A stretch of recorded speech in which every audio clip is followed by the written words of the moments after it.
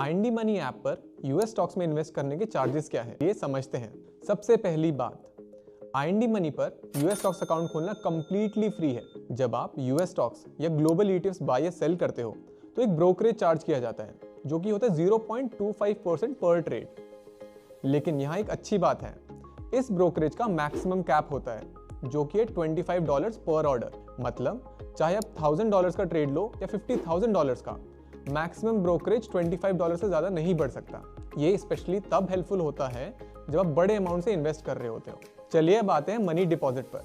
जब आप IND money app पर अपने यूएस स्टॉक्स वॉलेट में फंड्स ऐड करते हो, चाहे वो 10,000 हो या 10 लाख, आईएनडी मनी कोई डिपॉजिट चार्ज नहीं लेता है। और जब आप अपना पैसा विड्रॉ करना चाहते हो तो उस पर भी कोई चार्जेस नहीं होते। ये काफ़ी इंपॉर्टेंट है क्योंकि अनलाइक अदर प्लेटफॉर्म्स हम डिपॉजिट या विड्रॉल पर अपने कस्टमर से कुछ भी चार्ज नहीं करते हैं। यूएस स्टॉक्स अकाउंट पे कोई एनुअल मेंटेनेंस फी भी नहीं लगती है। आप चाहे एक्टिवली ट्रेड करो या मत ट्रेड करो, account maintenance completely free of cost है।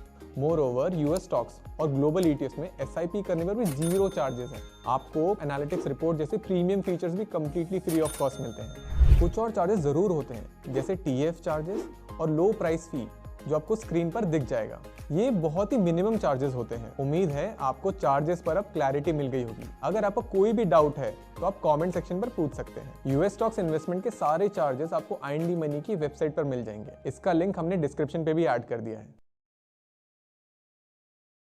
यार मैंने कल कुछ यूएस स्टॉक्स बेचे और मुझे $200 का प्रॉफिट हुआ, पर अबे तो कितनी अच्छी बात है ना, तू इतना सैड क्यों है? क्योंकि बेचते ही मुझे रियलाइज हुआ ना भाई कि $200 पे टैक्स भी लगेगा। अब वो टैक्स इंडिया में लगेगा या यूएस में, मुझे तो कुछ पता ही नहीं है। अबे तो सिंपल है ना, यूएस स्टॉक सेल करने पे भी कैपिटल गेन टैक्स देना होता है, इंडिया की ही तरह। अच्छा, तो ये इंडियन स्टॉक्स की तरह ही होता है? हाँ, काफी हद तक। रुक बताता हूँ, और आपको भी। यूएस स्टॉक्स में एसटीसीजी और एलटीसीजी लगता है। अगर आपने कोई यूएस स्टॉक 2 साल से कम होल्ड करके बेचा है तो उस पे जो भी प्रॉफिट होगा वो शॉर्ट टर्म कैपिटल गेन में माना जाएगा। इस पे आपके इनकम टैक्स स्लैब के अकॉर्डिंग टैक्स लगेगा। और अगर आपने कोई यूएस स्टॉक 2 साल से ज्यादा होल्ड करके बेचा है तो वो लॉन्ग टर्म कैपिटल गेन में माना जाएगा और उस पर 12.5% का टैक्स लगेगा। एक एग्जांपल से समझाता हूँ।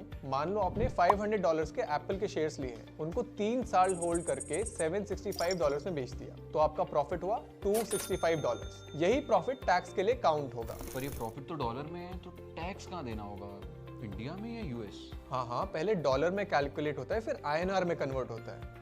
तो $265 यानी कन्वर्ट होने के बाद 23,320 रुपीज। इस पे 12.5% टैक्स बनता है, which is equal to 2,915 rupees. अब आप सोच रहे होंगे कि टैक्स यूएस और इंडिया दोनों में लगता है क्या? तो नहीं, इंडिया और यूएस के बीच में एक अग्रीमेंट होता है, इसे डबल टैक्सेशन अवॉइडेंस अग्रीमेंट यानी DTAA कहते हैं। इसकी वजह से कैपिटल गेन टैक्स सिर्फ इंडिया में देना पड़ता है। ये हो गया कैपिटल गेन्स। डिविडेंड्स पर यूएस में 25% सीधा टैक्स कट हो जाता है। मतलब अगर आपको $100 का डिविडेंड मिला है तो आपके अकाउंट में $75 ही क्रेडिट होंगे। तो $25 का लॉस? नहीं, आप इस $25 का अपने इंडियन टैक्स लायबिलिटी के अगेंस्ट क्रेडिट क्लेम कर सकते हैं। समझ गया, थैंक्स।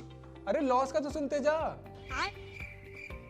अगर कोई स्टॉक बेच के लॉस हो जाए तो शॉर्ट टर्म कैपिटल लॉस को आप शॉर्ट टर्म या लॉन्ग टर्म कैपिटल गेन से सेट ऑफ कर सकते हैं, और लॉन्ग टर्म लॉस को सिर्फ लॉन्ग टर्म कैपिटल गेन से। इसमें एसेट क्लास से कोई फर्क नहीं पड़ता। मतलब यूएस स्टॉक्स के लॉस को आप इंडियन इक्विटी या रियल एस्टेट के गेन से भी सेट ऑफ कर सकते हैं। अब चल